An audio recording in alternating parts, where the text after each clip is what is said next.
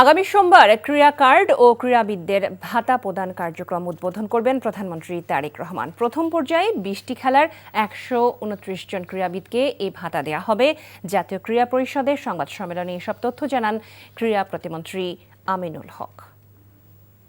আমাদের মাননীয় প্রধানমন্ত্রী জাতীয় ক্রীড়াবিদদের বেতন কাঠামোর আওতায় এনে ক্রীড়া ভাতা প্রদান কার্যক্রম উদ্বোধন, পাশাপাশি আমাদের ক্রীড়া কার্ড এবং যারা সাফল্য অর্জন করেছে সেই সকল ক্রীড়াবিদদেরকে আমরা পুরস্কৃতের মাধ্যমে আমরা আমাদের যে আগামী বাংলাদেশের যে ক্রীড়াঙ্গনকে আমরা সর্বোচ্চ গুরুত্ব দিয়ে সে বাস্তবায়ন কার্যক্রম ইনশাআল্লাহ ৩০শে মার্চ থেকে শুরু করব।